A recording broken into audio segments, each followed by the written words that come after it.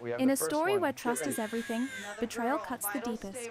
She believed in love, in loyalty, in a future built side by side.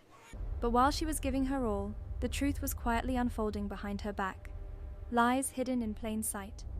Secrets waiting for the right moment to destroy everything.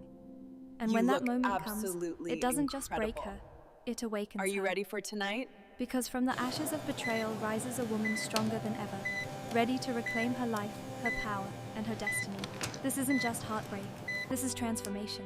The lesson? Not everyone deserves your trust, but every betrayal teaches you your true worth. Sometimes, the pain you go through becomes the strength you never knew you had. And walking away isn't the end, it's the beginning of something greater. If this story inspired you, don't forget to like, share, and support the channel. Your support gives us the motivation to bring you more powerful stories like this. Thanks for watching. She was pronounced dead on the operating table at 32 years old. 3 infants were lifted from her still body, 2 boys, 1 girl. All of them were breathing, all of them crying, while their mother was silent. In the sterile corridor, her husband Julian leaned against a wall. He wasn't praying. He was finalizing plans with his mistress over a secure messaging app. Within 4 days, that mistress was changing the linens on the dead woman's bed. Within 2 weeks, she had moved into the penthouse. She posted a photo of the dead woman's baby booties to her social media story with the caption, "Building the life you were always meant to have." She was convinced she had won, but the dead woman was a world-class architect, a planner who saw every angle. In the blueprints for their unfinished dream home, she had hidden a digital key. A key to a vault, a failsafe, a final design that began with a single instruction. Mom, if you're reading this, it's time. And when the forensic accounting report was unsealed, it didn't just ruin the husband. It exposed a web of deceit so profound that the mistress, the board of directors, the lawyers, and every person in that courtroom understood they had fundamentally misjudged a woman who was no longer there. This is the story of a mother who built a fortress for her children from beyond the grave, and it will redefine what you believe about love, betrayal, and the meticulous power of a woman who refuses to be erased. Stay until the end, because the final blueprint she left behind will shatter your heart and then rebuild it, piece by piece. We're losing her. Get the cart in here now. Dr. Ramirez's voice was a steel wire cutting through the chaos of the operating room, calm, precise, but his gloves were slick with sweat. He'd brought over 2,000 lives into this world during his career. He had never lost a mother, not one, and he was not going to let tonight be the first. The monitors shrieked in a dissonant chorus. The sound was a relentless, high-frequency alarm, the kind that embeds itself in your memory for good. Nurses moved in a choreographed rush of green scrubs and latex hands. One applied pressure to the hemorrhage, another spiked a new IV bag. A third was calling out vitals to the anesthesiologist. Ilara Croft lay on the table, 32 years old, 34 weeks pregnant with triplets. Her blonde hair was matted to her temples and her lips were turning a faint, dusky blue. Her fingers were clenched around a small, smooth object, a polished river stone she always carried, a reminder of the first house she ever designed. 3 tiny lives, she had once told him, were the 3 cornerstones of her new foundation. Her eyes fluttered open for a brief second. She found Dr. Ramirez's gaze. She tried to form a word, her voice a fragile rasp, barely audible. "Tell them," she breathed. "I designed it all for them." Then her eyes slid closed. The crash cart clattered into the room. Dr. Ramirez went to work. He administered compressions. He called for the paddles. He pushed epinephrine straight into her central line. He fought for 11 minutes. 11 minutes that stretched into an eternity. 11 minutes while the surgical team performed an emergency C-section, delivering 3 babies. Leo arrived first, then Miles, and finally, Thea. All 3 were breathing. All 3 were wailing, their tiny lungs filling with the air of the world for the very first time. The sound was raw, desperate, and beautiful. Their mother was not breathing. Their mother was not wailing. Their mother was gone. Dr. Ramirez straightened up, pulling off his gloves. He glanced at the digital clock on the wall, 21:47. He would remember that time for the rest of his days. Time of death, he said, his voice cracking on the final word. 21:47. The room fell quiet. Not silent. The machines still beeped, the baby still cried, but the people in the room fell into a heavy stillness. The kind of quiet that descends when something utterly final settles in the air. Out in the hallway, Julian Croft was propped against the wall. He wasn't anxiously pacing. He wasn't praying. He was staring at his phone, the screen casting a cold light on his face.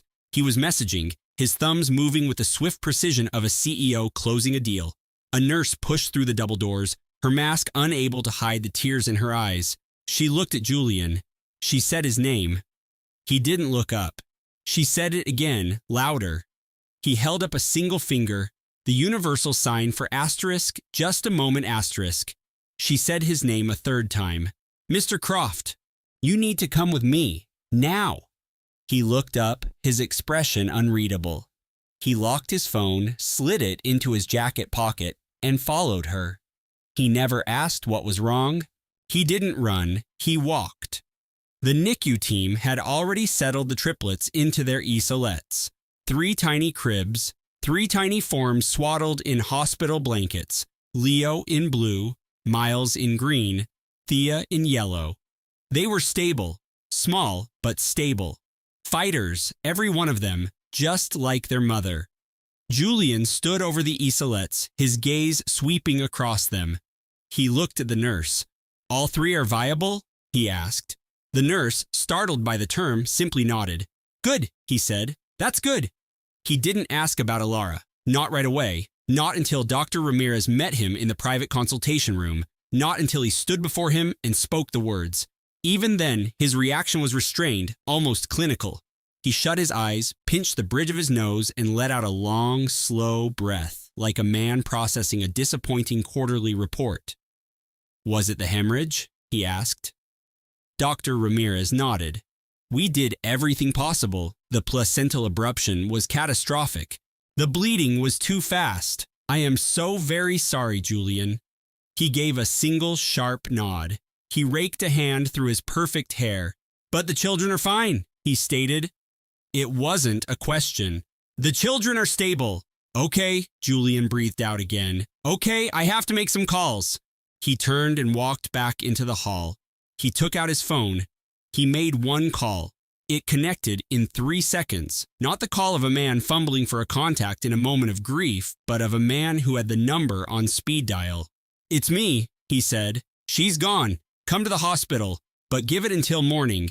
I'll message you when the coast is clear.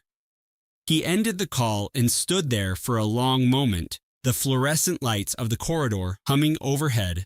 The floor was polished linoleum, the air thick with the smell of disinfectant and recycled oxygen. He put his phone away, straightened the lapels of his suit jacket, and walked back toward the NICU. For the first time all night, he arranged his face into the mask of a grieving husband. Helen arrived at 23:23 that night. She had driven for 4 hours through a torrential downpour from her home up the coast. Her daughter's water had broken 6 weeks early. Helen had tossed an overnight bag into her car and just driven. No stopping, no food, no radio. Just 4 hours of silence, the rhythmic slap of the windshield wipers, and a single prayer repeating endlessly in her mind. She walked onto the maternity floor expecting to hold her grandchildren. She was 61 years old, with hair the color of steel and hands that knew how to build things. She had raised a daughter on her own after her husband passed away, working as an engineer for 30 years. She had weathered every storm life had thrown at her. She was ready for this. She was ready to be a grandmother. A hospital chaplain was waiting for her by the nurse's station. Helen stopped walking. She looked from the chaplain's gentle face to the nurse standing beside him. She knew, before a single word was spoken, she knew. A mother always knows. No, she whispered, just that one word. The chaplain moved toward her, speaking softly. using the carefully rehearsed words people use to deliver the worst possible news a person can receive. Helen didn't hear them. She heard the roar of blood in her ears, the buzz of the overhead lights, and the cry of a newborn somewhere down the hall. Her grandchild, one of her grandchildren, crying for a mother who would never come. Helen sank to the floor, not into a chair. Right there in the middle of the hallway, she collapsed onto the cold, polished tile and covered her face with her hands. And she made a sound that wasn't a word, not a cry, but something far more ancient. Something that comes from a place so deep within a mother's soul that most people are lucky enough to never hear it. It was the sound of a heart breaking apart in real time. A nurse knelt beside her. Another offered water. The chaplain simply waited.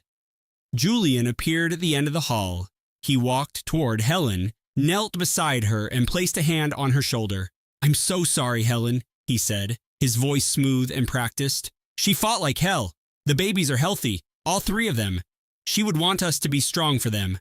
Helen looked up at him, her vision blurred by tears, rage, and a grief so vast it seemed to suck the air from the corridor. She looked at her son-in-law, and deep inside her, something clicked into place. A feeling she couldn't name yet, but it was cold and sharp, a warning. She nodded wordlessly.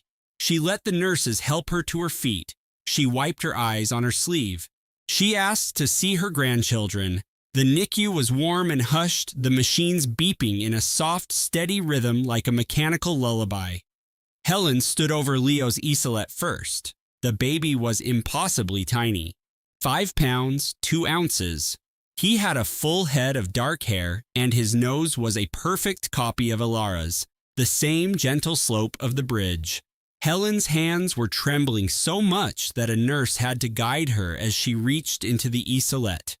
She stroked Leo's hand with one finger. The baby's fingers immediately wrapped around hers. An instinct, a reflex, but it felt like a message. It felt like Alara reaching out through her son to say, "I'm still here, Mom. I'm still here." Helen stood there for what felt like hours. She touched each child, Leo, Miles, and Thea. She memorized their faces, the soft rise and fall of their chests, the way Thea's eyelids fluttered as she dreamed, the way Miles's mouth formed a perfect little O, as if he were surprised by the very concept of life. She stayed until the staff gently told her she needed to rest. She didn't rest. She went to the family waiting room, sat in a hard plastic chair, and stared at nothing. At one point, she got up to get a drink from the water fountain. The waiting room window looked out over the hospital's parking structure. In the sickly yellow light of the garage lamps, she saw Julian. He was standing beside his car, not alone. He wasn't by himself. A woman was with him, young, with sleek dark hair and a slash of crimson lipstick that defied the late hour. Her hand was in his, her head resting on his shoulder. He wasn't pulling away. He wasn't weeping. Eleanor stood at the window of the private waiting lounge, the delicate porcelain teacup slowly cracking in her grip. Hot tea spilled over her fingers, dripping onto the polished floor. She didn't feel the burn. She watched until they broke apart, until the woman slipped away to her own vehicle, until Julian straightened his $1,000 tie and turned back toward the hospital's entrance. Eleanor sank back into the leather armchair. She placed the fractured cup on the table next to her. She laced her fingers together in her lap. She didn't sleep that night, not for a single second, but she did begin to make arrangements. The memorial was on a Thursday. White orchids cascaded from minimalist vases in the University of Chicago's soaring glass chapel. 200 guests filled the sleek, modern pews. The casket was closed. Eleanor had been firm on that point. She couldn't stand the idea of 200 people peering at her daughter's face, analyzing it, whispering how peaceful she looked, as if death were something that could ever look peaceful. The chapel smelled of florals and warm wood, and the expensive, clashing perfumes of too many people, crammed into one space. Sunlight streamed through the floor-to-ceiling windows, casting long, clean shadows across the stone floor.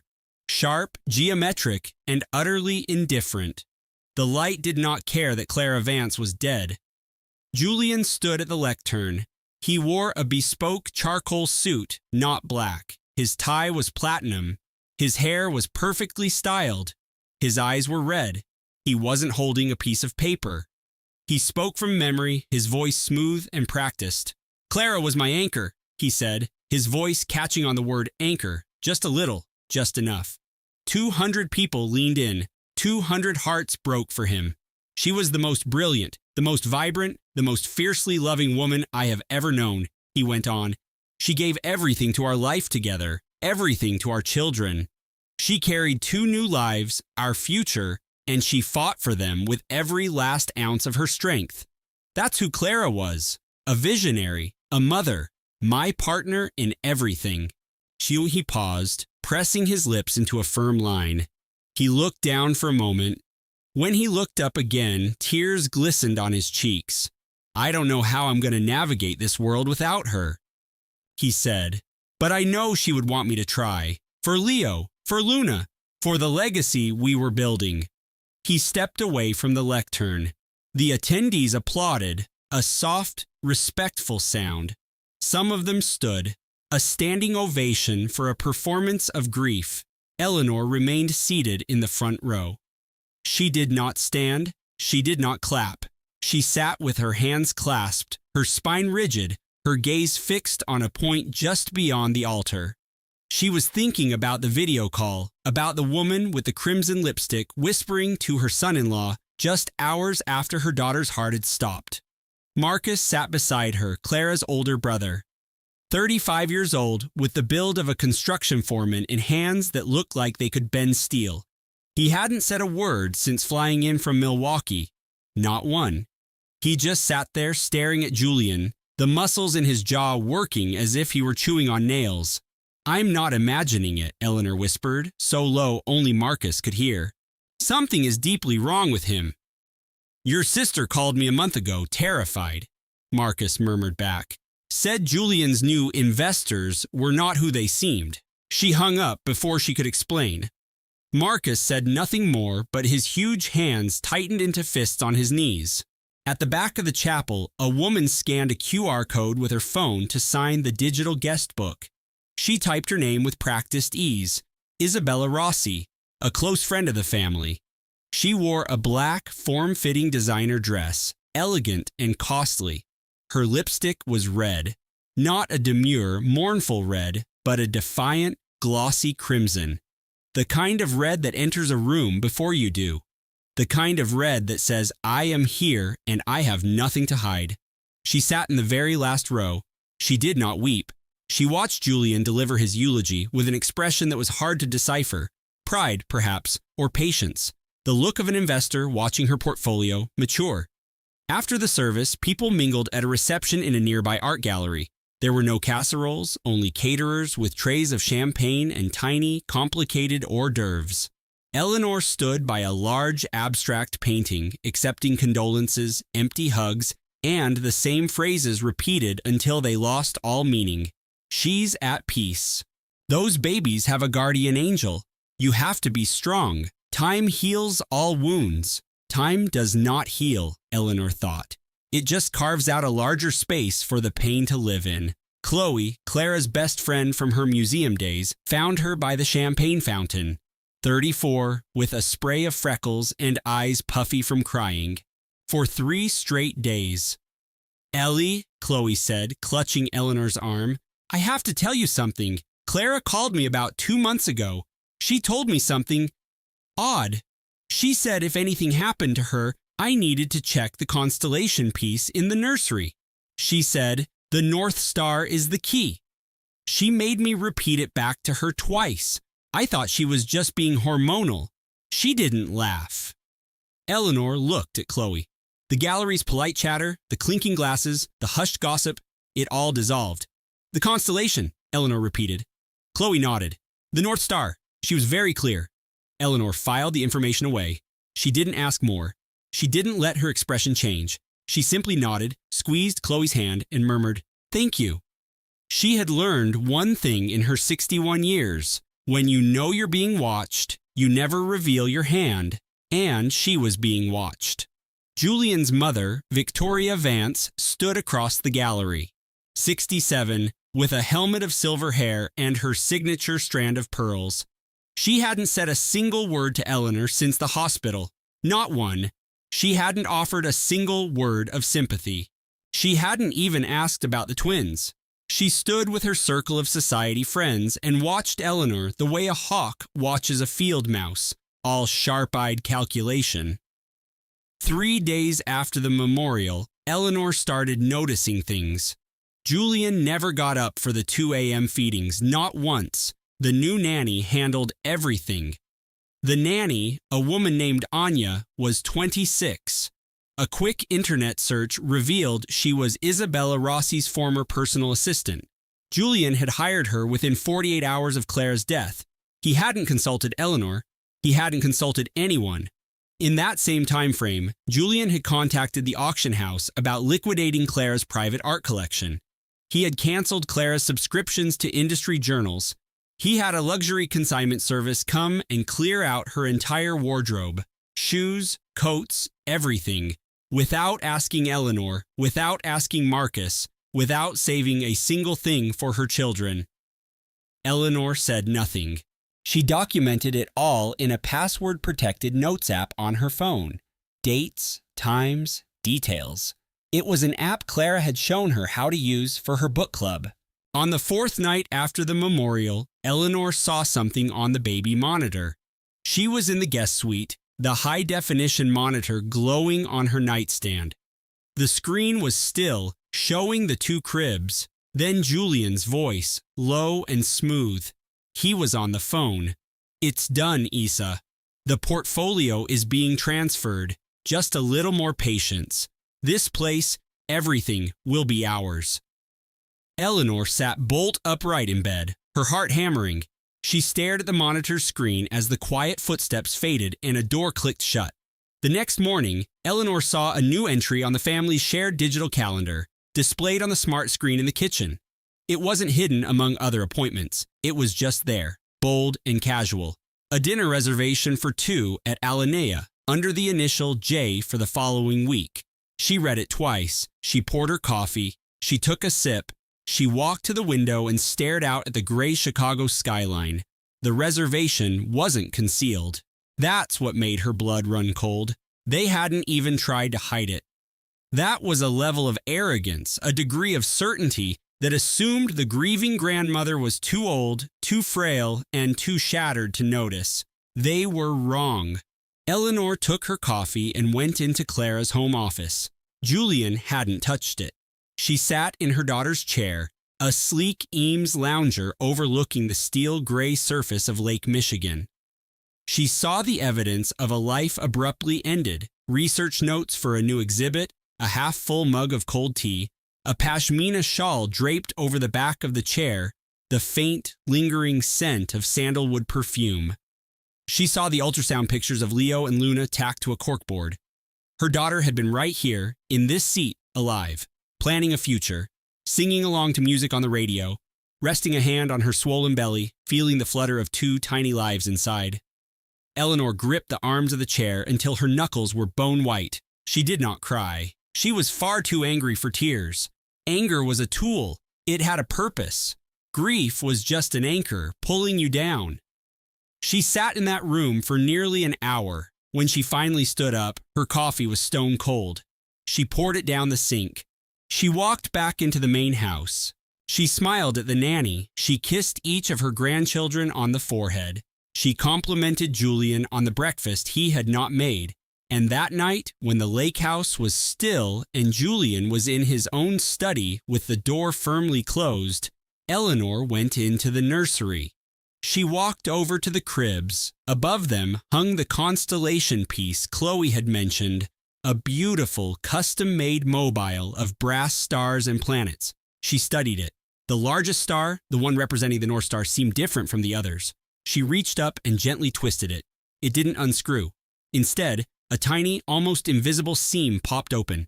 Inside the hollow brass star was a single encrypted flash drive, so like her daughter, clever, elegant, and hidden in plain sight. Eleanor's fingers closed around it, her heart thudding against her ribs. She didn't open it. Not there. Not in that house, where the very walls seemed to listen, where the man down the hall was likely texting the woman who wore crimson lipstick to a funeral. She slipped the drive into her pocket. She stood up. She straightened the mobile. She turned off the nursery light. She would open it later. Somewhere quiet. Somewhere safe. Somewhere Julian Vance would never, ever think to look. Eleanor drove to the 24-hour co-working space she kept a membership at downtown. On a quiet street in Boston's North End, she pulled her car into a spot beneath a flickering street lamp. She killed the engine and locked the doors. The polished cherry wood box sat on the passenger seat, its weight feeling immense, like it held the final words of her daughter. With hands that shook, Eleanor lifted the lid. Inside were 5 things: a thick, handwritten letter, its pages filled with Amelia's elegant script, the precise lettering of an architectural archivist, an encrypted solid-state drive taped to a card that read, "It's all here. Every file, recording, and transaction. Give this to Marcus." A copy of a deed for a condominium in the Seaport District held by an LLC Eleanor had never heard of. A stack of professionally printed photographs showing her son-in-law Julian with another woman, their intimacy undeniable, and a small folded piece of stationery. It was folded once. "Mom, if you're reading this, I was right about him. Don't let him raise my babies. The drive has everything." Eleanor read the short note 4 times before setting it down. She picked up the main letter, the pages rustling under the dim orange light. Amelia's voice filled the car, not as a paranoid, hormonal pregnant woman, but as a methodical researcher who had spent months carefully assembling a case. The letter started directly. "Mom, I know how this is going to look. That's what Julian always said, what his mother always hinted at, that I was just an anxious, pregnant woman. But I wasn't paranoid. I found his hidden cloud vault. He's been with her for years, the entire time we were going through IVF treatments, the whole time I was injecting myself with hormones, hoping and praying for these babies while he was building a separate life with her." Although Eleanor's hands trembled and she flattened the pages against the steering wheel to steady them as she continued to read. "I found a charge on a secret credit card statement from 6 months into the pregnancy. It was for a suite at the Newberry, right on the park.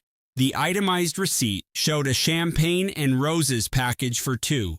I was at home, so nauseous I was living on crackers, and he was sipping champagne in a luxury hotel with her. I confronted him with the printout. He denied everything. He claimed it was a business expense, that I was being irrational, that the pregnancy hormones were making me delusional. He told me I needed professional help, that I was becoming a danger to myself. He wanted me to believe I was the one who was sick." The letter went on for pages, detailing how Amelia found more evidence: a burner phone tucked inside his tennis bag, statements showing lavish dinners and jewelry Eleanor never received, a woman's earring, not hers, wedged in the seat of his car. She described using her archivist skills to recover deleted files, paying a cybersecurity expert with her own savings to crack the password on the hidden vault. The expert confirmed everything. The woman was Chloe Sanders, 28 years old, a UX designer. They had been together for almost 3 years. But the part of the letter that made Eleanor's blood run cold was at the end. "I am not writing this because I have a premonition I am going to die. I am writing this because Julian has been asking about my life insurance 4 times in the past month. He asked what the total payout was. He asked about the timeline for claims. He asked if there were clauses that voided payment for complications during childbirth. And last Tuesday, he asked Dr. Albright if twin pregnancies often had unfortunate outcomes. He asked it so casually, like he was checking the stock market." Eleanor put the letter down, her breath fogging the cold glass of the windshield as she stared at the dark facade of the old church across the street. Her heart hammered against her ribs. She picked up the letter again. "I changed my will. Marcus helped me do it a month ago. If anything happens to me, our home is yours, and my personal savings go into a trust for the babies. Julian gets nothing. I know it seems cruel, but a man who inquires about his pregnant wife's life insurance policy doesn't deserve her money. He doesn't deserve her children, and he doesn't deserve her legacy. I hope you never have to read this letter. I hope my fears are all in my head. I hope I come home with 2 healthy babies and we burn this box and have a good laugh about it one day. But if I don't, if the worst comes to pass, you have everything you need. Fight for them, Mom, the way you fought for me and Leo after Dad passed away. You are the strongest person I know. You are the only one I trust. I love you. Now go be their Nana. You're Amelia. Eleanor carefully folded the letter along its original creases and held it to her chest, closing her eyes. The street was deserted. A distant ferry horn echoed across the water, a long, mournful sound. The tears wouldn't come. She was in a place beyond sadness now, a cold, hard place where grief was forged into resolve. She looked at the box, at the encrypted drive, the deed, the photos. Her daughter had been an archivist for a decade before she met Julian. She knew how to build a case. She knew how to document the truth. She knew that in a legal battle, evidence was everything. The contents of the box were perfectly organized. The files on the solid-state drive were in folders labeled by date and category, a blue folder for financial records, a red one for correspondence, a green one for surveillance photos, and a yellow one for legal documents. Even while terrified, even while carrying 2 babies and being gaslit by her husband every single day, Amelia had been precise, meticulous. She had been preparing for war. Eleanor started the engine. She drove to Marcus Thorne's brownstone in Beacon Hill.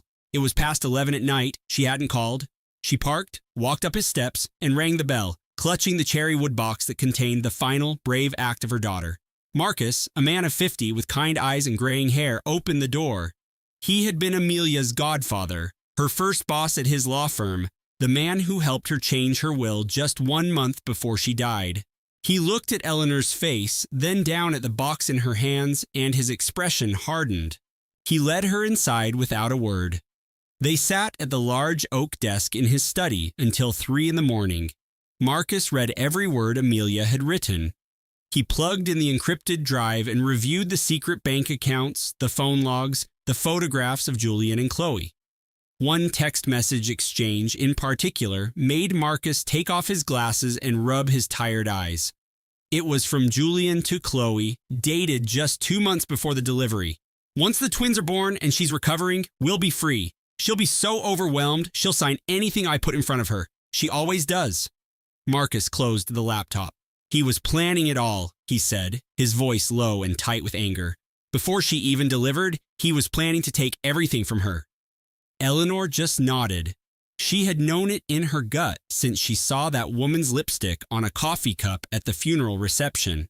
"What's our next move?" she asked. Marcus looked at Eleanor, his grief for his goddaughter palpable. A woman he had watched grow from a bright-eyed child into a brilliant, careful woman was gone. "We do exactly what Amelia wanted," he said. "We fight." 2 weeks after the funeral, Julian asked Eleanor to leave. He did it over breakfast. Poached eggs, sourdough toast, and fresh squeezed orange juice in a pitcher Amelia had found at an antique market on Charles Street. Eleanor remembered how Amelia's face lit up when she bought it. Now, Julian was pouring from it as if it were just an object, devoid of history, devoid of meaning. "Eleanor," he started, his voice soft and reasonable, the carefully modulated tone of a man who practiced sounding sincere. "I think it would be best if you went home now. The babies require a stable routine, and I've noticed that your presence is, well, it's a bit disruptive." Eleanor lowered her fork and met his gaze. "Disruptive?" she repeated. "The night nurse mentioned you've been coming into the nursery at all hours. It interferes with their schedule. I'm only thinking about what's best for them." "What is best for them is having their grandmother," Eleanor stated, her voice like ice.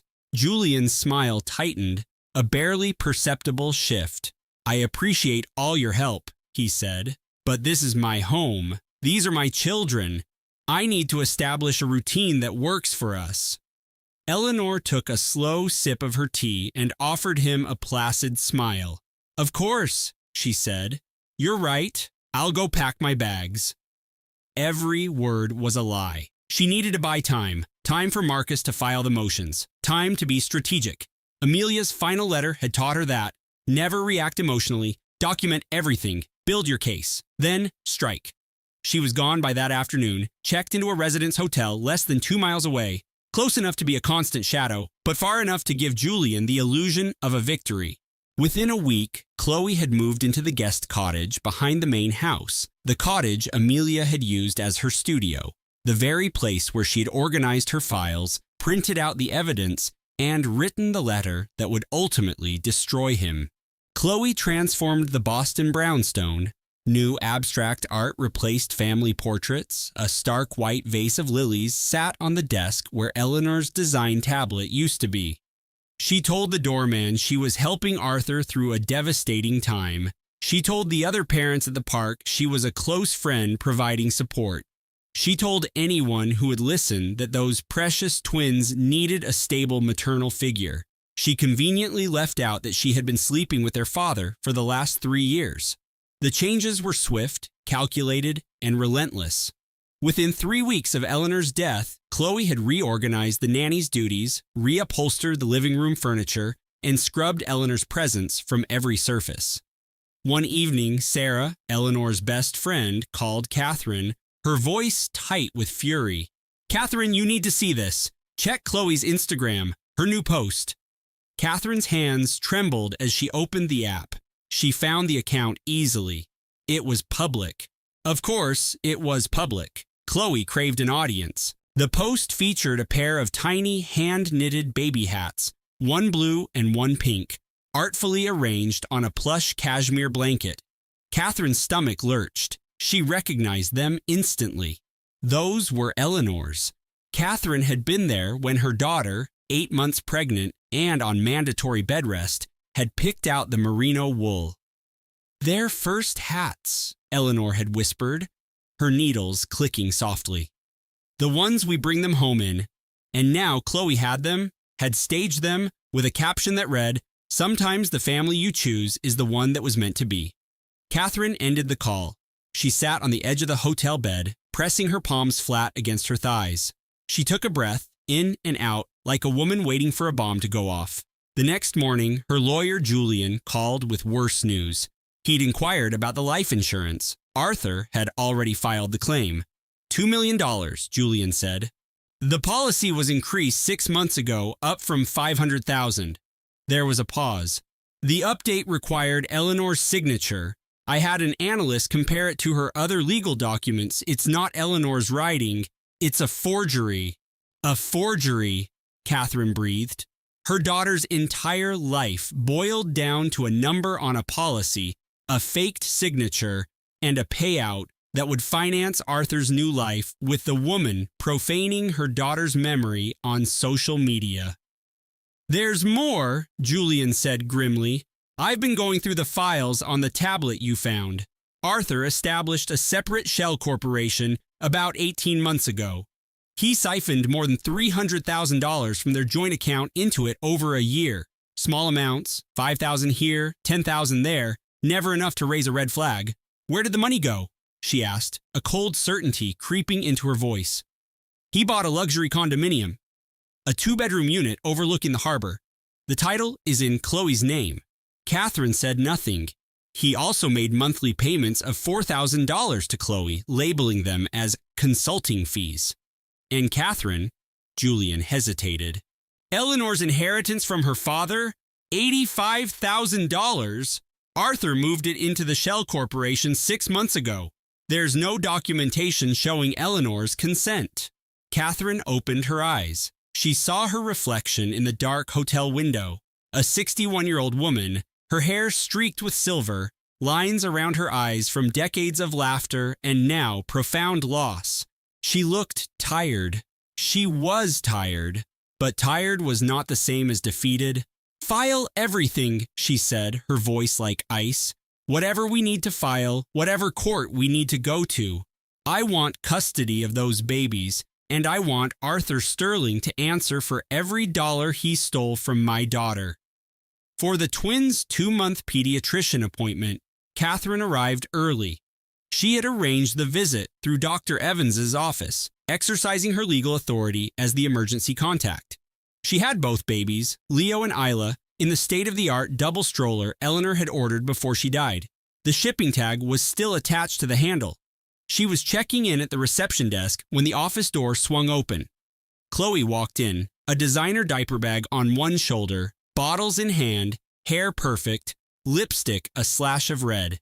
She walked to the counter and smiled at the receptionist. "I'm here for the Sterling twins," she announced. "I'm their stepmother."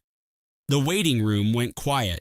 4 other mothers looked up from their phones. The receptionist looked at Catherine, then at Chloe, then back at Catherine. Catherine did not raise her voice. She did not make a scene. She simply reached into the stroller and lifted Isla into her arms. The baby settled against her chest, warm, small, and alive. "I have the appointment," Catherine said clearly. "These are my grandchildren. I am their emergency medical contact, and this woman is not their stepmother. She is not their family. She is not on any of their records." Chloe's smile faltered just for a second before she recovered. "Arthur sent me," she said. "He wanted me to be here."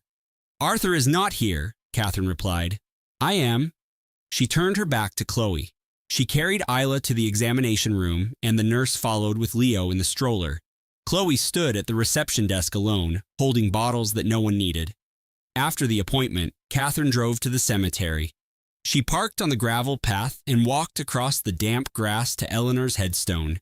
It was modest gray granite engraved with careful letters, Eleanor Marie Sterling. Beloved mother, daughter, architect. Catherine sat on the ground beside the stone. She did not care about the damp grass soaking through her pants. She arranged the fresh flowers someone had left. Peonies, always peonies. She picked a small weed growing near the base of the headstone. She brushed dirt from the engraved letters with her thumb. She thought about the inscription, mother, daughter, architect. 3 words, true words, but incomplete. They left out warrior. That was what her daughter had been. A warrior who built a fortress out of encrypted files and a hidden tablet and carefully dated screenshots. A warrior who fought her battles in silence because the man she married had convinced her that speaking up meant she was crazy. Catherine stayed until the groundskeeper started his evening rounds. She stood and brushed off her pants. She touched the top of the headstone. "I found the tablet, Ellie," she whispered. "I found everything, and I'm not going to stop." She walked back to her car. The sun was setting, a brilliant wash of orange and pink and gold. The colors Eleanor had loved. The colors she had painted the nursery. A sunset palette for 2 babies who would grow up in its warmth. Catherine started the engine. She drove back to the hotel. She ordered room service, tomato soup. After forcing down the last bite, she phoned Marcus and instructed him to file the guardianship petition first thing in the morning. Then, sinking onto the stiff hotel mattress, she powered on her laptop. In an encrypted file, she logged the date. She detailed the condescending email from Julian's assistant.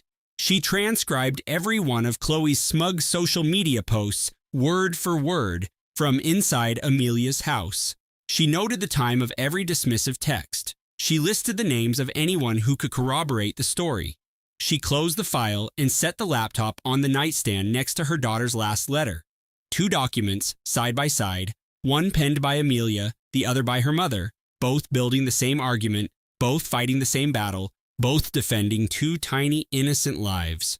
Julian's attorney was Sterling Vance, a name that smelled of country clubs and inherited wealth, a name that had never known the desperation of a hotel room with a broken ice machine and a shattered heart. Vance filed a motion to bar Eleanor from the property, claiming she was emotionally volatile, her grief making her irrational and interfering with a father's right to bond with his newborn children. The motion described Eleanor as aggressive and unstable, A sworn declaration from Catherine, Julian's mother, a woman with impeccable pearls and eyes that appraised everything like a jeweler, was attached to the motion. Catherine depicted Eleanor as hysterical and incapable of respecting boundaries. She wrote that Eleanor's unannounced calls and emails were creating a chaotic environment that frightened the infants and distressed the family. Marcus reviewed the motion from his office, his face grim on the video call. He read it through once, then a second time, before taking a long sip of water.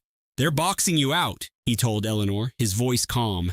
"It's a textbook strategy. Isolate the grandmother, control the story, make you appear unhinged. That way, when the real custody fight begins, you're already damaged goods." "What's our move?" Eleanor asked. "We file a counter-petition for grandparent visitation rights, citing state law. But the heavy blow is this. I'm requesting a guardian ad litem for the twins. That's an independent lawyer appointed by the court whose only job is to represent the children's best interests. Not yours, not Julian's, theirs," he continued. "On what grounds?" "On the grounds that Julian moved an unrelated woman, his brand strategist, into the family home less than a month after his wife passed away. That he then employed that woman's best friend as a nanny. That server logs show suspicious financial activity, and that the deceased mother's own encrypted documents reveal she feared for her children's safety." Eleanor was silent for a long time, the sounds of Chicago traffic filtering through her hotel window, the blare of horns, the rumble of engines, the normal hum of a city that kept moving even though her own world had come to a dead stop. "Do it," she said.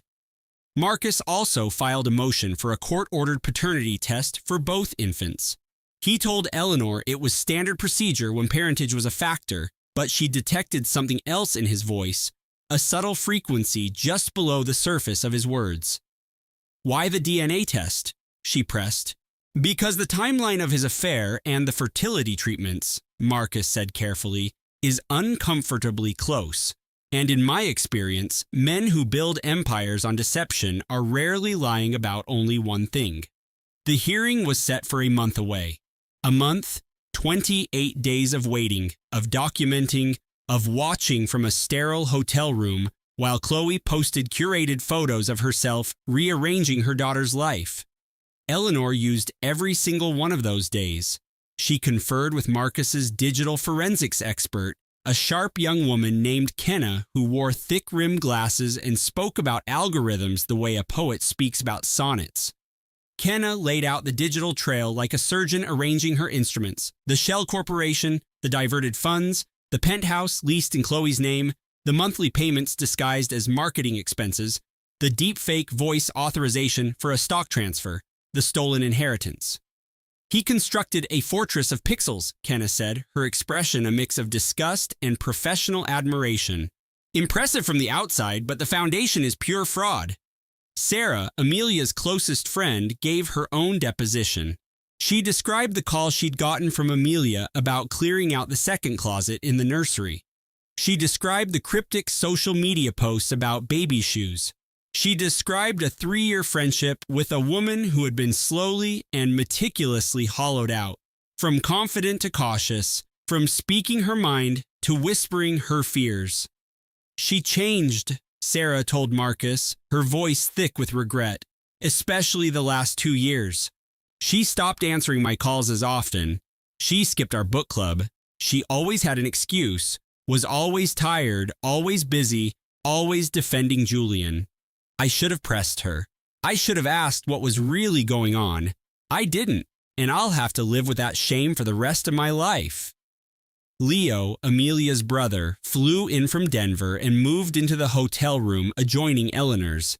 He arrived with one suitcase, a laptop bag, and a resolve in his eyes that was both comforting and terrifying. "I'm not going to do anything reckless," he promised Eleanor, "but I'm not going anywhere, not until this is over." The days leading up to the hearing felt thick and heavy, weighted with an anxiety that lodged in her chest, making her heart pound in her ears. Eleanor spent her mornings on the hotel elliptical, just walking, a steady forward motion, one foot in front of the other, the only way to get through anything. In the afternoons, she sifted through the files on Amelia's encrypted cloud drive. Marcus had gained legal access to it. It wasn't a handwritten journal. It was a collection of dated text documents, a digital archive of a silent, devastating war. The entries began with such light. Week 9. I saw their heartbeats today. 2 of them. I actually cried in the car on the way home. Julian just smiled and patted my shoulder. Maybe it's just not real for men until the baby is here. Week 12. The morning sickness is awful, but I don't even care. 2 healthy babies. I would be sick for 9 straight months if it meant they were safe. Week 16. We chose names. Julian wanted something classic. I wanted something meaningful. We settled on Margot after my grandmother and Reese because Amelia just loved the name. Then the tone began to shift, subtly at first, and then with shattering clarity. Week 20. Julian felt them kick tonight. He actually teared up. Maybe I was wrong about him. Week 22. He missed the ultrasound, said he had an emergency meeting. His calendar notification popped up on the shared screen later. Anniversary dinner. See, our anniversary is in May.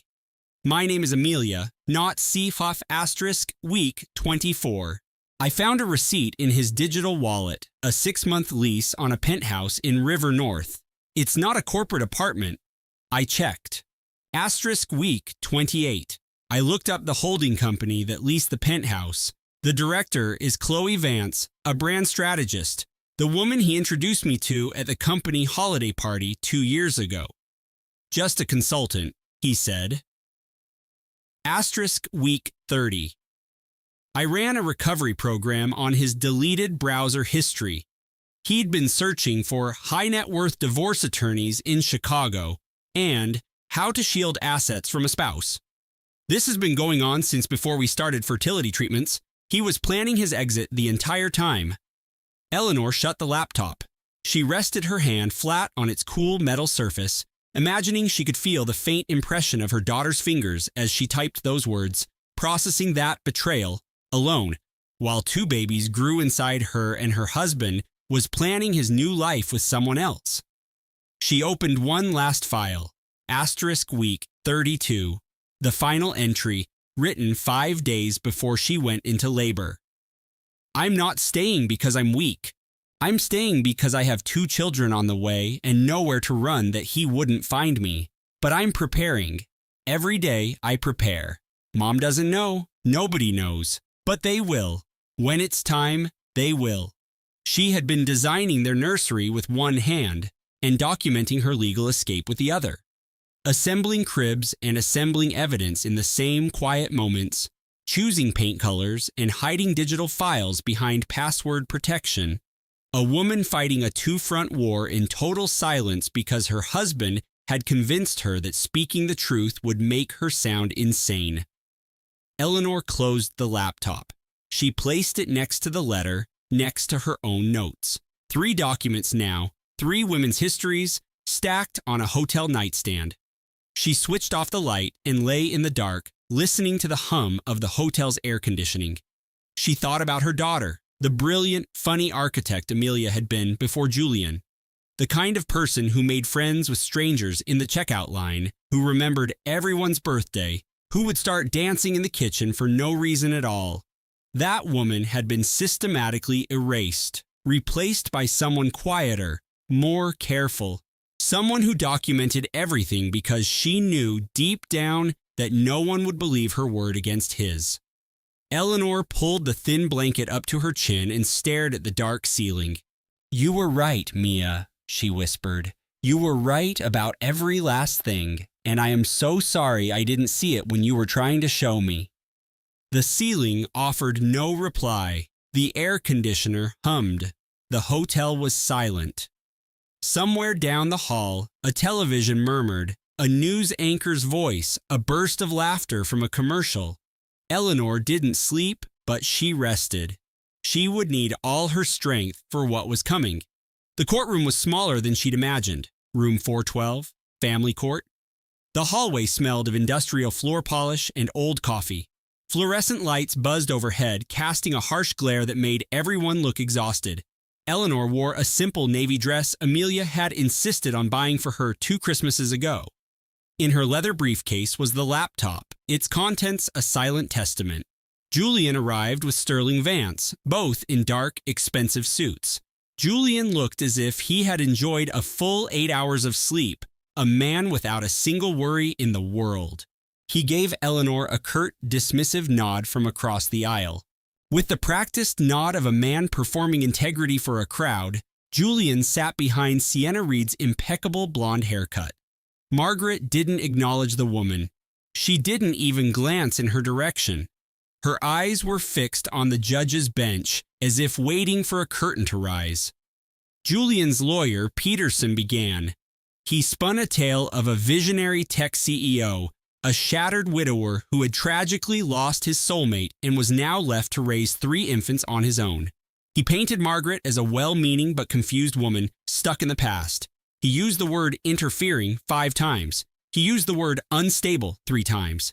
He implied Margaret's grief had warped her perception, blurring the line between support and obsession.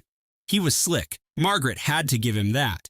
He had the kind of polished, reassuring cadence that billed at $1,000 an hour. Then Sienna took the stand.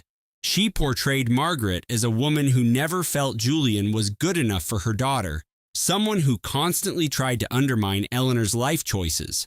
She claimed Margaret appeared at the hospital against their wishes and created a scene, refusing to leave until security was called. She said Margaret's behavior at the pediatrician's office was disruptive and deeply concerning. Every statement was a kernel of truth wrapped in a thick shell of misrepresentation. That was the artistry of it. That's what his money bought. Not outright fabrications, but distortion. The subtle twisting of reality until it pointed somewhere else entirely. Marcus waited. He allowed them to conclude.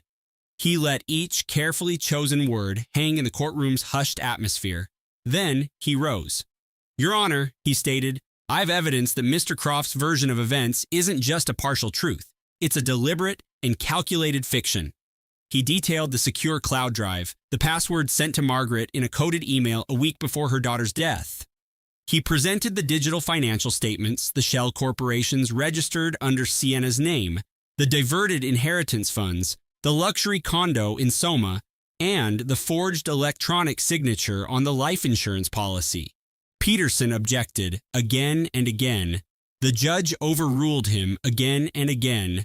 Marcus then displayed the email chains from the drive. He read 3 of them into the record. The one about being finally free once the babies were born. The one where Julian boasted that Ellie would sign any financial document he put in front of her without reading it.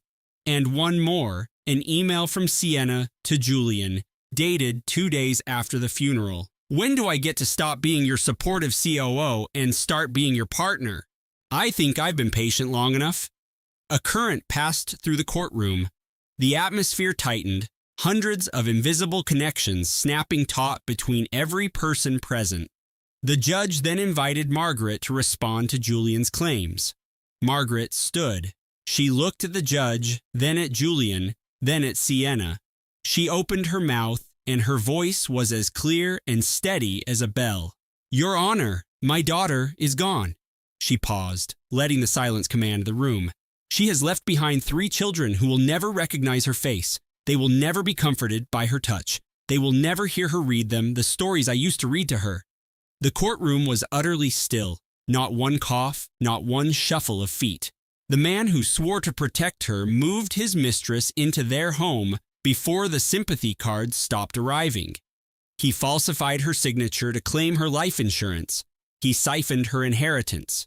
He deleted her photos from the digital frames in her own house. And he has the audacity to stand here today and call my concern instability. Her voice was low and powerful now, the voice of a woman who had moved past grief and into resolve. "I am not here because I'm unstable. I am not here because I'm lost in my grief. I am here because my daughter asked me to be. She left me a digital breadcrumb trail. She left me a blueprint of the truth. She left me a duty to fulfill, and I will not fail her." The judge regarded Margaret for a long, quiet moment. She looked at Julian. She looked at the binders of printed evidence Marcus had submitted. She mandated the paternity test. She awarded Margaret temporary, supervised visits pending the full custody hearing. She threw out the request for a restraining order. A single muscle in Julian's jaw pulsed, a tiny, furious tremor. Margaret saw it. She met his gaze and did not flinch. Outside on the courthouse steps, Leo was pacing. As a character witness, he hadn't been permitted inside the courtroom. He was practically humming with a nervous energy that could either fuel a masterpiece or a catastrophe. Julian emerged from a side door. Leo saw him and was moving before Margaret could react. "You erased my sister," Leo said. His voice wasn't loud. It was a low, controlled burn, more chilling than any shout. "Maybe not literally, but you broke her spirit so completely. Her body just gave up. You took her money, you took her security, you took her faith in people, and now you're trying to take her legacy." Julian paused. He looked at Leo with detached curiosity. He adjusted the smart watch on his wrist, smoothed the lapel of his bespoke suit, the micro gestures of a man who believes himself immune to consequences. "Your sister was under a great deal of stress, Leo," he said, his tone placid, almost therapeutic, almost believable. "Her emotional state was volatile. The pregnancy amplified it. Everything I did was to create a stable environment for my children. I'm sorry you lacked the bandwidth to see the bigger picture." Leo's hands were clenched into fists. Margaret gripped his arm, a firm maternal pressure that communicated, "Not here. Not like this. I need you to stay with me." Leo took a step back, exhaling slowly. He looked at Julian one last time. "Ellie saw you," he said.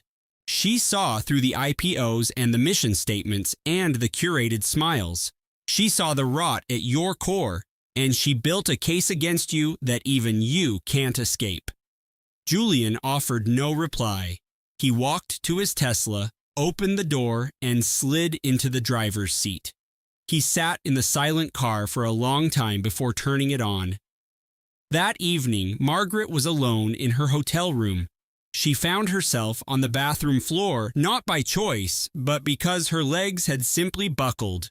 She slid down the cool wall to the tile, clutching her daughter's old tablet to her chest. "I don't know if I can do this, Ellie," she whispered to the empty room. "I'm 65 years old. I'm fighting a billionaire with a legal team and a mistress who perjures herself with a smile. I don't know if I have the strength." The bathroom was sterile, all white surfaces, and a single, harsh overhead light that exposed everything. Margaret saw her reflection in the dark screen of the tablet. She saw her own face, but she also saw her daughter's defiant brow, the same determined set of her jaw. Her daughter, looking back at her. Margaret pressed her hand flat against the cold floor. She pushed herself to her feet. She stood, meeting her own reflection. She splashed cold water on her face, dried it with a rough hotel towel, and walked back into the main room. She didn't call the front desk for comfort. She opened her laptop, created a new document, and began to strategize, listing every vulnerability, every lie, every possible angle of attack. The silence in the room was no longer just an absence of sound. It was the quiet of a battle plan being drawn. It sounded like the silence before a storm. Later, she put on her coat and drove to a 24-hour cafe in North Beach. She parked and went inside. The place was warm, smelling of dark roast coffee and toasted bread and garlic. A waiter with weary eyes and a gentle smile asked for her order. "An affogato," Margaret said, "and a glass of water." She sat in a booth by the window watching the city's nocturnal inhabitants. A young coder tapping away on a laptop, a pair of artists debating over sketches, a group of nurses winding down after a long shift. She savored the dessert, hot, bitter espresso poured over cold, sweet gelato. Ellie's favorite indulgence. They used to share one every time Margaret visited. Margaret left a $50 tip for a $10 dessert. She drove back to the hotel with the windows rolled down, the cool San Francisco fog biting at her cheeks. She didn't touch the heater. She let the cold sharpen her senses, a stark reminder that she was still here, still breathing, still in the fight. A month had passed since the initial hearing. The results of the DNA test could come back any day. Marcus had walked Margaret through every scenario. He had explained the science, the legal ramifications, the chain of custody for the samples. He had advised her to be patient. Margaret wasn't patient. She was a great many things: tenacious, methodical, exhausted, heartbroken, but patient had never been one of them. The call came on a Tuesday morning. Margaret was in a small park near the hotel, knitting. It was something to keep her hands busy. She was making 3 identical blue hats. Her phone buzzed, and Marcus's name lit up the screen. "Margaret," he said, his voice carefully neutral. "Are you somewhere you can sit down?" She was already on a bench. A half-finished hat fell from her lap onto the grass. It was a soft, pale blue. "The DNA results are in," Marcus said. Margaret held her breath. She could hear the distant sound of traffic, the squeak of the swing set in the playground, the frantic beat of her own heart. The world seemed to shrink to the space between one breath and the next. "The triplets," Marcus began, and then he paused, clearing his throat. "Olivia, Noah, and Chloe. None of them are Julian Croft's biological children." The world didn't tilt. Instead, a crushing weight she hadn't even realized she was carrying simply evaporated. The sky seemed a brighter blue. The air felt lighter in her lungs. "What did you just say?" she asked, not because she hadn't understood, but because she needed the impossible truth to be spoken into existence one more time. "I said none of them are his. Not a single one. The court-ordered paternity test is 100% conclusive. Julian Croft is not the biological father of any of your grandchildren." Margaret pressed her free hand to the wooden bench. She felt the grain of the wood, weathered and solid beneath her palm. She was still here, still in this park, still living this life that had just been fundamentally, miraculously rewritten. "How is that possible?" she whispered. Marcus began to explain, slowly and precisely, the way you explain a brilliant final move in a game of chess. It changed the entire case. For 2 years, Eleanor and Julian had pursued surrogacy with embryos created at a prestigious Boston reproductive center. Julian was told his profile was exceptional, a perfect genetic candidate. The center tried 2 implantation cycles with their surrogate. Both failed. The surrogate specialist then flagged a potential issue with the embryos themselves, recommending further genetic testing as a standard precaution. Julian refused, citing the perfection of his family line. The document showed Eleanor later returned to the clinic alone. She authorized the use of a screened anonymous egg donor. Julian's name was nowhere on the consent form. "She knew he'd never agree," Catherine whispered.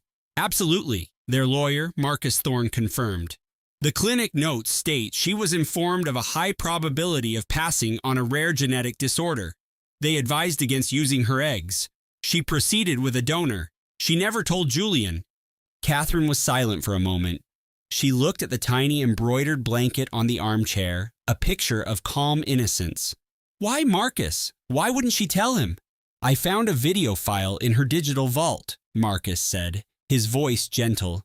"It was dated from that week. She recorded it for you." He played the audio. "The geneticist told me," Eleanor's voice began. "The risks were too high. He recommended a donor. I said yes. I didn't tell Julian because he would have walked away. He would have said his legacy was more important than our children's health. And I want these babies more than I want his permission. For the first time in our marriage, I made a decision that was just for them and for me." Catherine let the confession settle in the quiet room. The words reshaped the entire history of her daughter's final years, her marriage, her incredible bravery. Eleanor hadn't been unfaithful. She had made a solitary medical choice, a secret act of protection, because the man she married was too arrogant to accept imperfection, too obsessed with his image to admit to a flaw in his lineage, too narcissistic to place his family's well-being above his own ego. And this was the man now suing for sole custody of 2 children who didn't carry his wife's genes, fighting to control an inheritance that was never his to claim, attempting to erase the memory of a woman who had built their family without his consent. "What does this mean for us?" Catherine asked. Julian's legal claim to sole custody is now on life support. A man with a documented history of adultery and financial deceit has almost no standing against the children's biological grandmother, especially with this, Marcus said, and this is where things get very compelling. When Chloe learned about the donor eggs, her immediate reaction was the one Julian's lawyers had prayed for. She was the one hiding things, Chloe declared to Julian, to his mother, to anyone in their circle. She was the deceitful one. The babies aren't even really hers. For 2 full days, Chloe lived in this triumphant narrative. This was her vindication. It was proof that Eleanor was the liar, proof that Julian was the true victim in the marriage. She shared the story with her closest friends, her family. She even drafted a veiled post for social media. Then, Marcus Thorne's office released a statement to the press. It included the donor consent forms, the geneticist's medical report detailing the hereditary risks, and a clear timeline proving Eleanor's choice was a medical necessity, not an affair. It was a reproductive decision made within the confines of a legitimate clinical process. The public story didn't just change, it shattered and reformed overnight. Eleanor hadn't betrayed Julian. Eleanor had protected her children from Julian. She had carried those twins for 36 weeks. She had navigated a high-risk pregnancy with grace. She had designed their nursery, hand-carved their wooden name blocks, and sketched whimsical animals on the walls. And she did it all while knowing the man sleeping in her bed was sharing his life with another woman. Julian wasn't crushed by remorse. He was obliterated by public shame. His perfect bloodline, his legacy, his name, none of it was connected to his wife's side of the family he had tried to claim. His mother, Beatrice, called him that evening. Her voice was pure ice. "Those children are a complication we do not need," she stated. "Do not drag the Croft name through any more of this filth." She disconnected the call. She never called him back. The profound irony was lost on no one. Julian had spent years cheating on the one person who was actually ensuring the health of their future family. He had lied, misappropriated funds, and committed fraud, all while Eleanor was doing the real work, the painful, solitary work of injections, appointments, hope, and fear. She did it silently, and she did it knowing her husband's only true contribution to their family had been a single initial deposit. Dr. Alistair Finch called Catherine later that week. His voice was measured and deliberate, the tone of a man who had carried a professional burden for far too long. "Mrs. Wallace," he said, "I need to share something with you. Your daughter consulted with me before the implantation procedure. She said something that has stayed with me." Catherine held her breath. She said, "If anything happens to me, you have to make sure my mother is their guardian, not Julian. Promise me." I reassured her that everything would be fine, he continued, his voice heavy with regret. "I was wrong, but I remember her exact words, and I want you to know I am prepared to repeat them in a sworn affidavit if you need me to." Catherine sank into a chair, pressing the phone hard against her ear. She heard Eleanor's voice through the doctor's words, strong, determined, and prescient. Asterisk, not Julian, my mother. She thanked Dr. Finch and ended the call.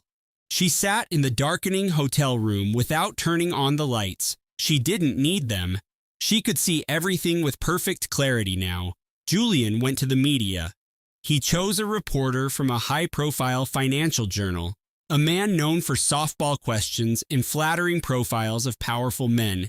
Julian sat across from him in the cavernous living room, the one now scrubbed clean of Eleanor's architectural drawings and personal touches. He wore an expensive cashmere sweater, no tie, the picture of a man in quiet mourning, a man with nothing to hide. "I adored my wife," he said, his voice catching perfectly. The camera focused on his eyes, which held a glint of moisture. expertly conveying deep pain without the messiness of actual tears. I believed we were creating a legacy together. I believed those children were a part of her, a part of me. To have that truth stolen from me has been the most profound betrayal of my life. The reporter gently broached the subject of the affair. Julian deflected it like a seasoned pro. I wasn't perfect, he admitted, but my love for Eleanor never wavered. And I never for a second stopped believing I was the father of her children. That fundamental truth was taken from me without my knowledge, without my consent. The article was published online the next morning. Within hours, the comment section became a war zone, splitting the readers down the middle. Half sympathized with the grieving tech mogul. The other half did not. Julian had made a critical error. He was a master at controlling boardrooms, shareholder meetings, and intimate dinners. But the internet is not a boardroom. The internet is a global town square, and it had some pointed questions. If he loved his wife so deeply, why was his mistress seen moving her things into the house less than a month after the funeral? If he was so devastated by the donor secret, why had he already filed a claim on Eleanor's 8-figure life insurance policy? Why had he attempted to liquidate her independent investment portfolio? Marcus Thorne let the online debate rage for 72 hours. He let the questions fester and the accusations fly. Then, with Catherine's blessing, he released a targeted set of documents to a handful of respected journalists, the forged signature on a document attempting to transfer Eleanor's assets with a forensic analysis proving it wasn't her handwriting, bank records showing a transfer of over $500,000 from a joint account to a shell corporation that had purchased a penthouse in Chloe's name, and a timeline confirming the affair started long before the surrogacy journey even began. Julian had been with Chloe from the start, and one email, entered into the public court record for any journalist to see, sealed his fate. It was from Julian to Chloe, dated 6 months before Eleanor's death. Once the twins arrive and things stabilize, we can finally be free. She'll sign anything I put in front of her. She's too trusting. Public opinion didn't just shift, it collapsed on him like a tidal wave, total, sudden, and absolute. Women shared the story across every platform, their captions a mix of fury and painful familiarity. The comments poured in from women who knew this story, who'd found the burner phone, who'd seen the secret credit card bills, who'd been called paranoid, hormonal, or crazy. Eleanor became an icon, not a victim.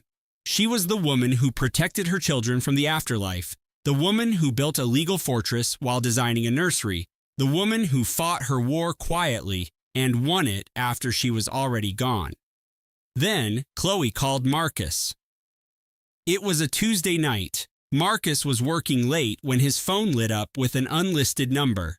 He nearly ignored it, but answered just before it went to voicemail. "Mr. Thorne?" a shaky voice said. "My name is Chloe Dubois. I need to see you, and I believe you will want to hear what I have to tell you." She arrived at his office the following morning. She wore no makeup, her designer clothes looked slept in, and her eyes were red-rimmed and hollow. She looked like a woman who had been stripped of all her illusions. She looked like a woman who was finally done playing a part. She told Marcus everything. Julian had been seeing another woman, not Eleanor, not Chloe, a third woman, a venture capitalist from San Francisco named Simone. The messages were dated from the week after the funeral, while Chloe was unpacking boxes at the guest house, while she was posting pictures of baby booties online, believing she had secured her prize. "I found the messages on his tablet," Chloe said, her voice flat. "The same way Eleanor probably found mine. It's poetic, isn't it? Except I'm not pregnant, and I'm not dead." She handed Marcus her phone, which contained audio files. Conversations she had started recording over the past few days. Julian discussing strategies to declare Catherine an unfit guardian. Julian instructing Chloe to lie about when their relationship started.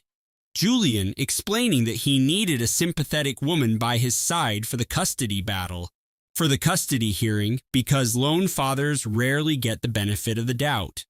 She then offered a final piece of intel, something that made Marcus drop his pen and lean back in his leather chair. He wanted me to be the mother his children needed, Chloe explained. Not because he treasured them, not because he yearned to be a dad, but because he needed me in the picture for his public image, for the court case. It was the same way he used Eleanor as a set piece, a beautiful backdrop, a woman who made him seem like the man he wanted the world to see. Marcus studied her for a long moment. "And why are you sharing this with me now?" he inquired. Chloe's eyes welled with tears. She stared at the polished mahogany desk, at her own hands, at the diamond ring Julian had bought her from a high-end jeweler, the same one Eleanor's security consultant had documented. "I'm not the hero of this story," she admitted, her voice trembling. "I'm fully aware of that. I knew he had a wife. I rationalized it by telling myself she didn't value him, the classic lie mistresses tell themselves. But I had no idea about the shell corporation. I didn't know about the diverted funds. I had no idea he was draining her accounts while she was carrying the children he had convinced me were his." She slipped the ring from her finger and placed it on the desk. "I believed he was in love with me. I was mistaken about that, too." Marcus picked up the ring, examined its inscription, and set it back down. "Are you willing to testify?" he asked. "Yes," she confirmed, "under oath, in a deposition, on live television, whatever it takes." Catherine heard about Chloe's change of heart from Marcus later that day. She sat in her quiet apartment, listening without a word for a very long time.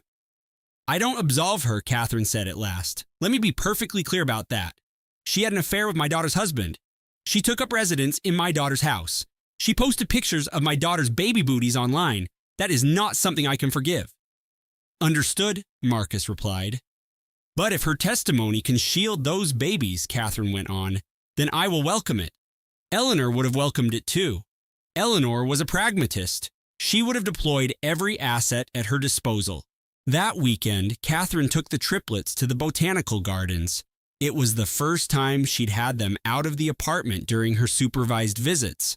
The custom-designed triple pram Eleanor had ordered was delivered 6 days after the memorial service, its digital shipping confirmation still unread in her email archives. Catherine had never deleted it. She kept it there, a small data file with Eleanor's name and address, a record of a purchase made by a woman who fully expected to be pushing this pram herself. She wandered for 2 hours through the gardens, past the children's play area, around the serene lake, past the bench where she and Eleanor used to sit when Eleanor was a little girl, dreaming of buildings that could touch the sky. She refused to think about court. She refused to think about Julian. She refused to think about digital vaults or offshore accounts or encrypted emails. The parenting blog said they were too young to smile, but Catherine heard it, a tiny, bright, involuntary sound, like happiness catching itself off guard. She walked for 2 hours and never once glanced at her phone. The final hearing convened on a Monday in room 412. The same buzzing fluorescent lights, the same aroma of burnt coffee, the same cold linoleum floors. But the room felt altered. The atmosphere was charged, electric, the way the air crackles before a summer storm rolls in off the lake. Catherine wore the gray Armani suit again, the one Eleanor had insisted on buying her.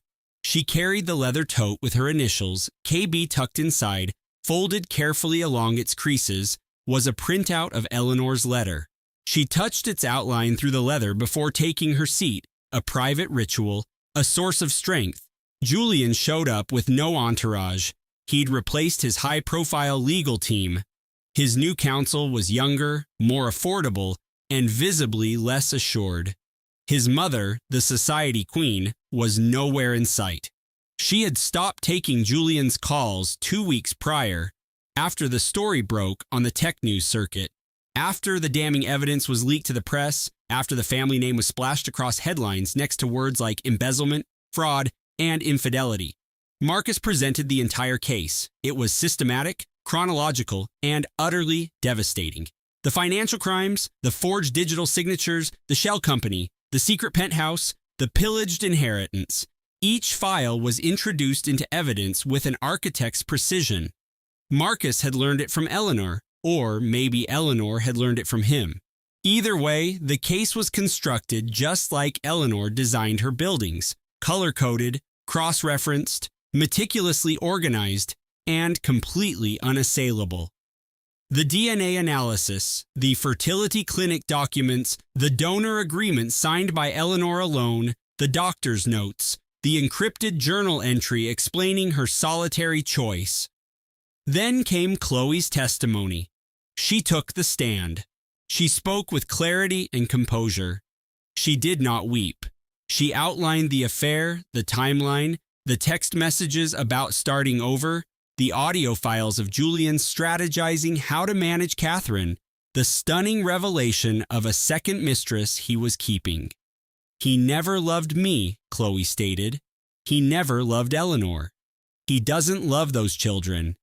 He loves his own mythology, the brilliant CEO with the perfect wife, the perfect children, and the perfect home.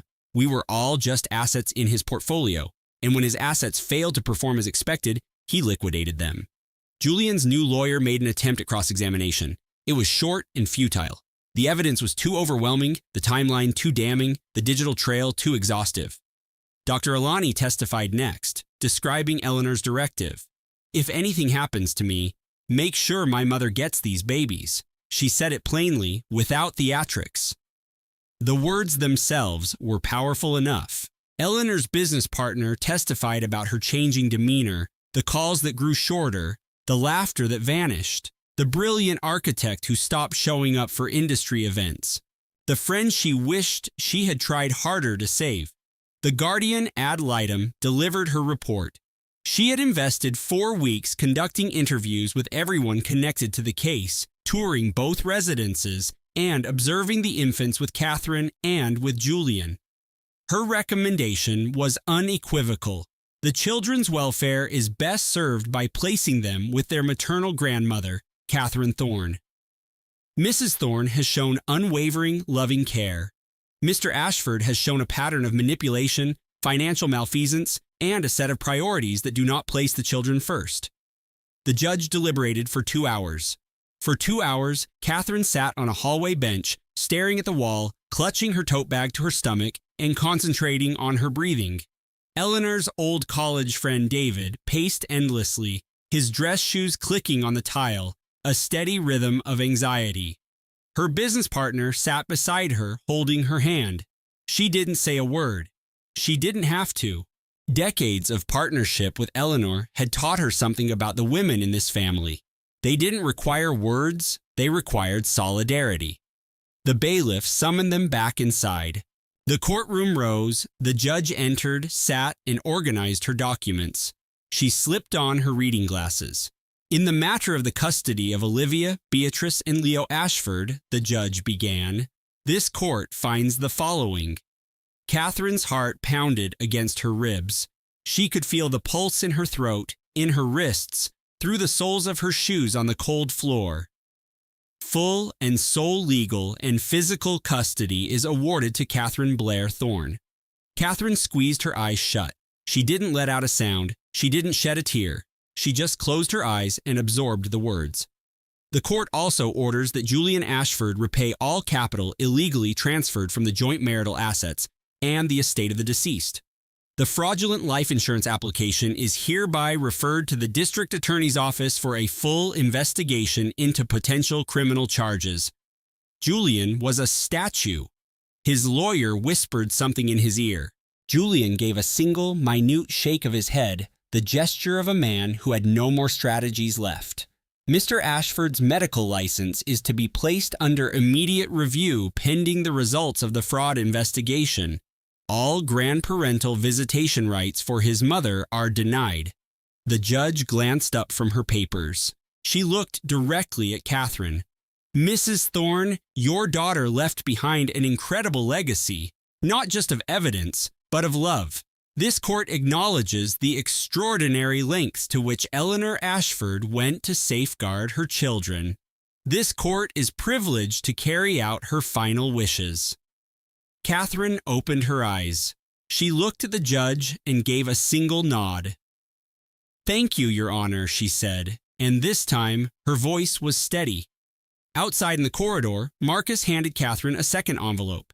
This one was different from the first, smaller, white, sealed with a piece of tape. On the front, in Eleanor's distinctive architectural script, it said, "For Mom, after." "She gave this to me 3 weeks before she delivered," Marcus explained, "with strict orders to only give it to you after custody was finalized. She said you would need it then, and not a moment sooner."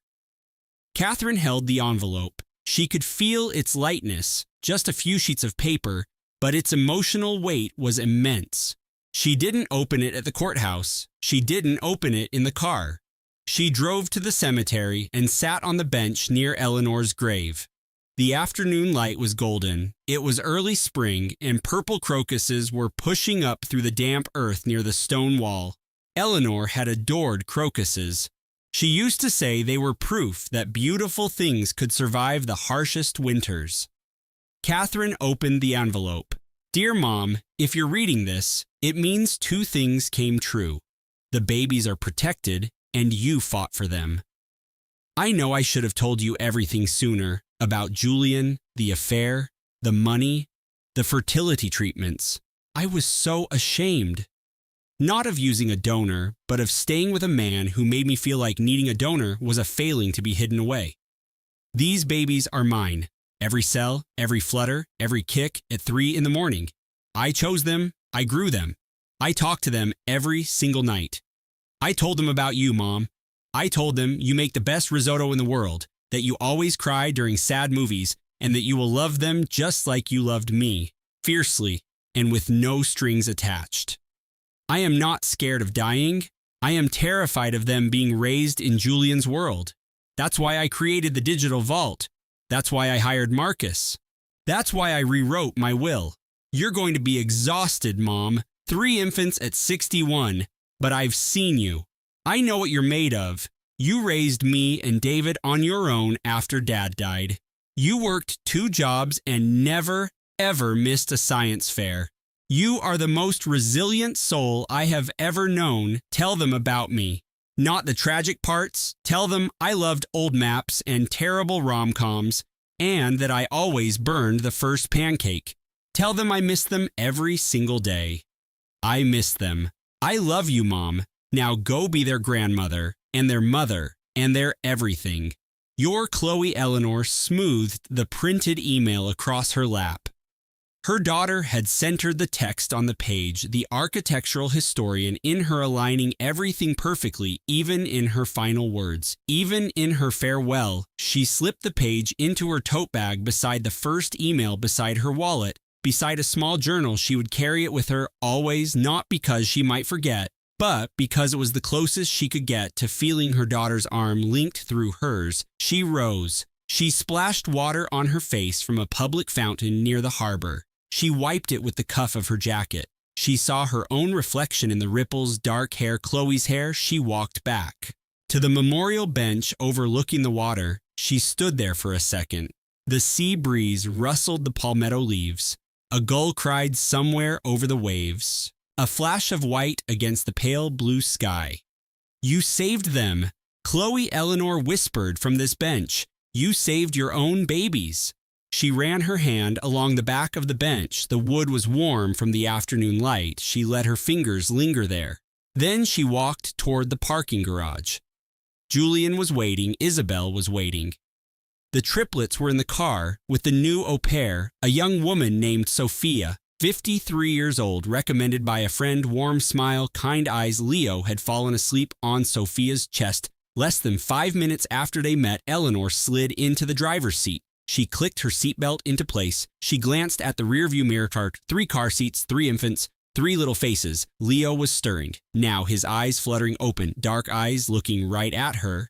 Eleanor smiled for the first time in weeks, a genuine smile, not a brave one, not for show, real.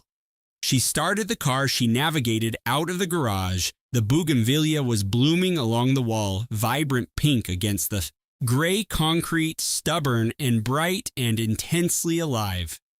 6 months later, the house on Trad Street felt different, not in a major way, not how a remodel alters a house, but in the way a tide changes a shoreline. Slowly, organically, the same foundations, the same framework, but new life in every corner. Eleanor had repainted the main bedroom, a soft seafoam green. Chloe's favorite color, the color of seagrass and key lime pie, and the light that filtered through the nursery blinds each morning at 6:15, she kept the furniture, the four-poster bed Chloe had found at an estate sale, the antique dressers, the armchair, but the walls were fresh clean, the color of a new day. She had put Chloe's framed maps back up, every last one in the foyer, the living room, the hallways, the kitchen. She added new pictures too. The triplets at 1 week old, 2 weeks old, 3 weeks old, a history growing right beside them. Olivia's first giggle, Leo's first tooth. Maya reaching for a teething ring with the focus of a scientist solving a great mystery. Chloe's workshop in the carriage house had come back to life. Eleanor spent her evenings there. She didn't know much about woodworking. Chloe had been the one with the talent for restoration, but she was learning. She read Chloe's project notebooks, another set of journals filled with her daughter's meticulous script. This one about wood grain and joinery techniques and which varnish worked best on antique oak. The half-finished rocking chair was still there. Eleanor saw this as a promise. Marcus pleaded no contest to wire fraud in a deal cut by his fourth attorney. He got 5 years of probation, a crippling financial penalty, and a permanent stain on his reputation. His venture capital firm dissolved. The partners bought him out. The board of a prominent charity asked for his resignation. His name, once featured in glossy business magazines and keynote speaker bios, now only surfaced in legal filings and archived news articles. Genevieve Sterling stopped taking his calls, not out of any sympathy for Chloe, not because she felt remorse, but because the scandal tarnished the family brand. Genevieve valued her social standing the way other people valued oxygen. It was automatic, vital, absolute. And her son had turned the Sterling name into a punchline. Isabel vanished. She sold the riverfront apartment Marcus had secured with Chloe's inheritance. The money was returned to the estate as part of the legal settlement. She moved to Europe, a new chapter, or at least a different book. She sent Eleanor a single email 2 months after the sentencing. "I am so sorry. I realize that means nothing." Eleanor read the message. She never responded, but she never deleted it. Either she let it remain in her inbox, a tiny digital record, a testament to the fact that people are complex, that regret wears many masks, that the woman who helped shatter her daughter's life was also the woman who helped her daughter's children survive. Ms. Anya Sharma, a pediatric nurse practitioner, became a frequent guest. She visited every other week, bringing growth charts and tubs of homemade lentil soup. She checked the baby's developmental progress and measured their weight and asked Eleanor about feeding routines and sleep patterns, but she also stayed for tea. She sat at the kitchen island and talked with Eleanor about things that weren't medical at all, about the weather, about a new series on television, about a biography she was reading about her own father who had passed away 4 years prior and whom she still thought of every single day. They formed an alliance, an improbable team, a 65-year-old retired librarian and a 45-year-old powerhouse attorney, connected by the woman they both felt they had let down, and by a vow they were determined to honor. Sarah showed up every Saturday, a ritual she never broke. She'd arrive at 10 in the morning carrying a box of artisan donuts from a bakery in Lincoln Park, the same place she and Eleanor used to meet for coffee on Thursday afternoons. She always brought 2 kinds, a maple bacon for Margaret and a salted caramel, because Eleanor had always sworn it was the best thing she'd ever tasted. After the donuts, Sarah would read to the twins. She had a whole repertoire of voices, a deep, booming thunder for the giants and a whisper-thin rustle for the fairies. Leo would giggle every time, a sudden burst of sound that seemed to surprise even himself, a recurring echo of pure, unscripted joy. "Your mom was a master at this," Sarah confessed to the babies one afternoon, bouncing Thea on her knee as Thea gnawed on the edge of a cloth book. "She could make a dragon sound so real you'd check the sky for smoke. I can't quite manage that, but I'll never stop trying." Julian, for his part, built a structure in the backyard of their townhouse. It consumed him for a month of weekends. He would emerge from the main house on Saturday mornings and work relentlessly until twilight fell over the Chicago skyline. He used polished steel and reclaimed timber, consulting a set of architectural blueprints that had belonged to his mentor. He painted it a deep cerulean blue, the second color Eleanor had loved most, after canary yellow. The playhouse wasn't for the babies, not yet. At 6 months old, they were still mastering the art of sitting up.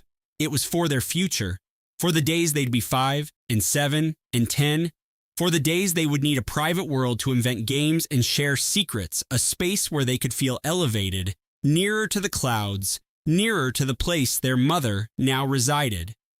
On the door, he affixed a small, laser-etched steel plate with 2 words, "The Ellie." He presented it to Margaret on a sunny Saturday.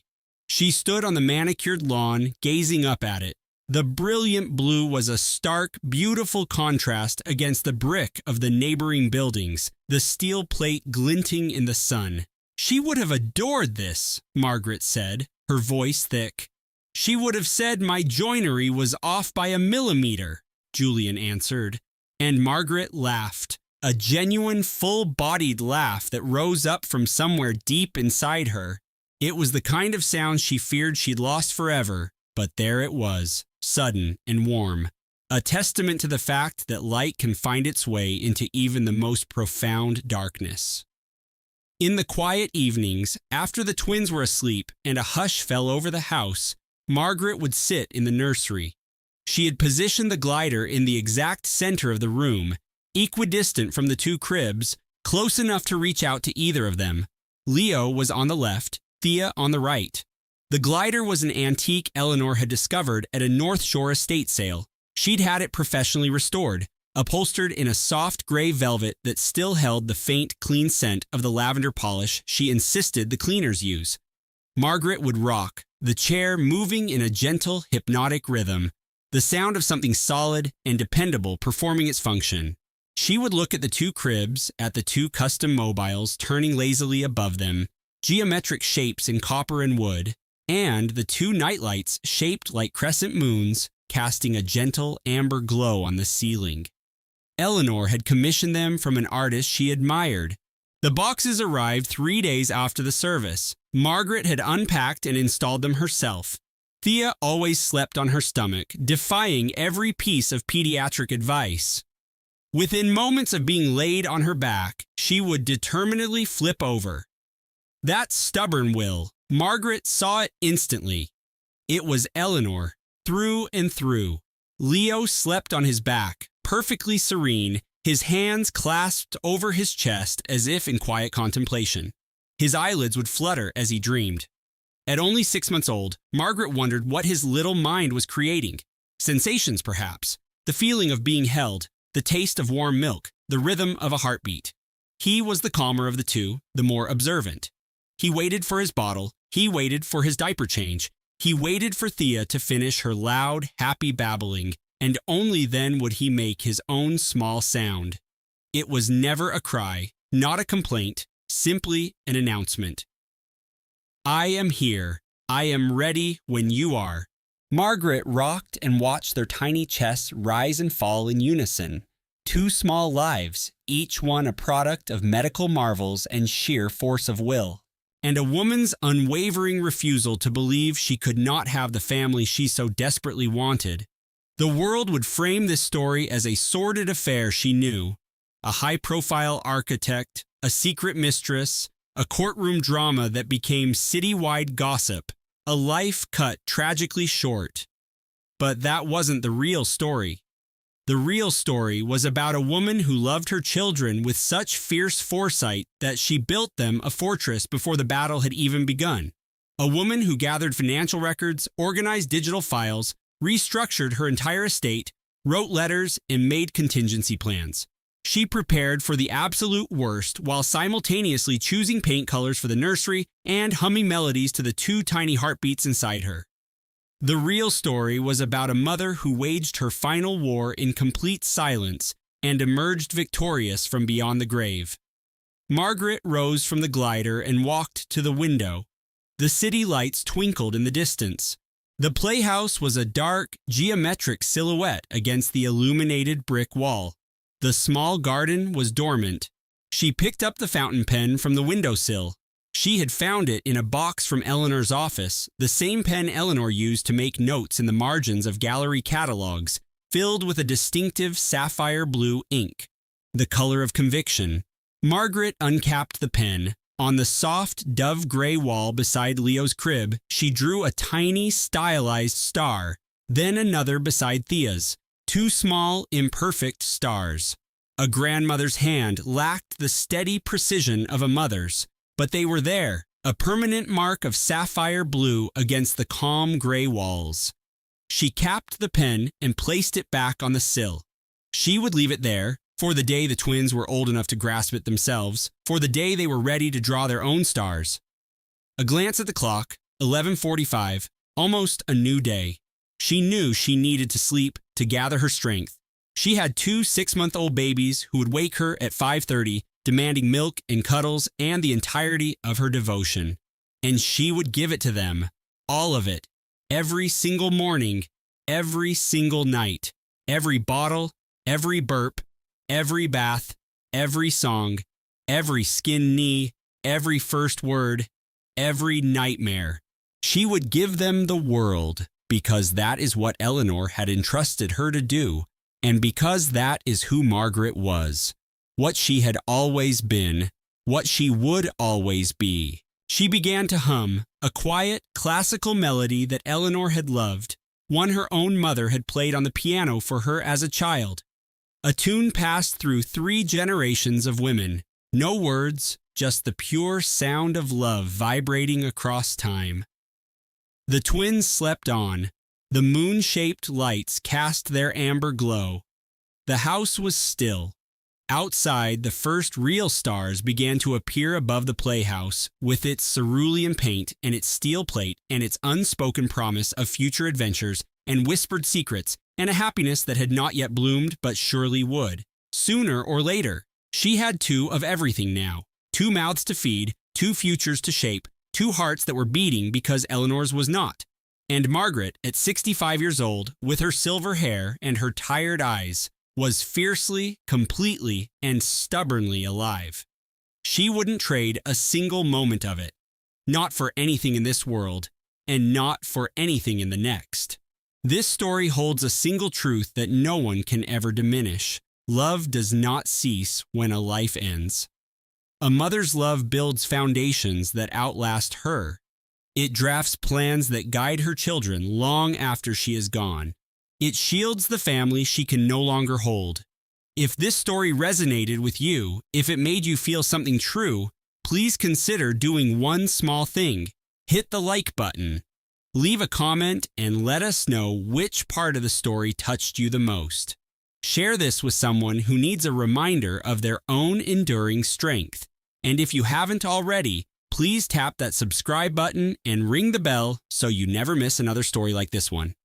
We exist because of your support. Every like, every comment, and every share encourages us to keep going, to continue telling stories that matter, stories that linger with you long after they're over. Thank you for being with us until the very end. You are why we do what we do. This content was meticulously researched, written, and manually edited by our dedicated team to provide meaningful narratives and valuable insights. All characters and situations are fictional, crafted for the purpose of entertainment and inspiration.